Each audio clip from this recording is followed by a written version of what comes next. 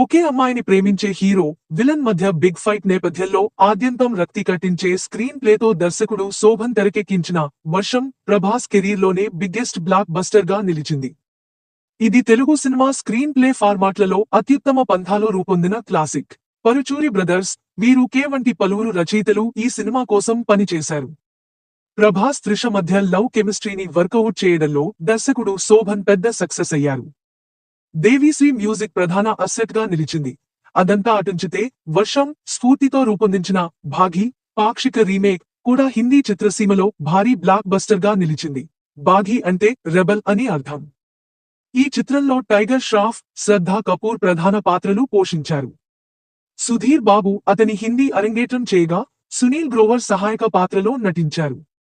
దీనికి సబ్బీర్ ఖాన్ దర్శకత్వం వహించారు. 2016లో ఈ హిందీ భాషా యాక్షన్ థ్రిల్లర్ విడుదలైంది.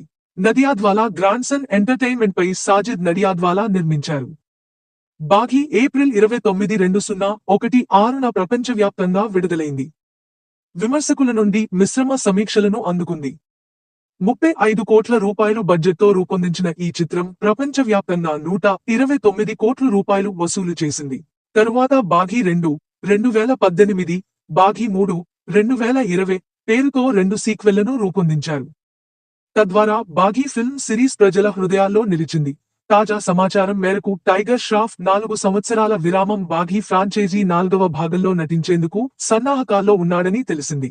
హై-ఆక్టేన్ యాక్షన్ చిత్రంలో Tiger Shroff tone physique, martial arts skill మైమరిపిస్తాయని అంచనా వేస్తున్నారు. బాఘీ 4 కూడా ఈ ఫ్రాంచైజీలో అత్యుత్తమ ఫలితం అందుకుంటుందని భావిస్తున్నారు.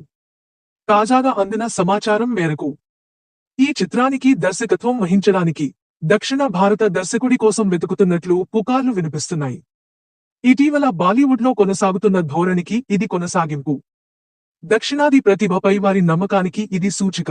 ప్రొడక్షన్ హౌస్ సమాచారం ప్రకారం బాఘీ 4 ప్లానింగ్ దశలో ఉంది.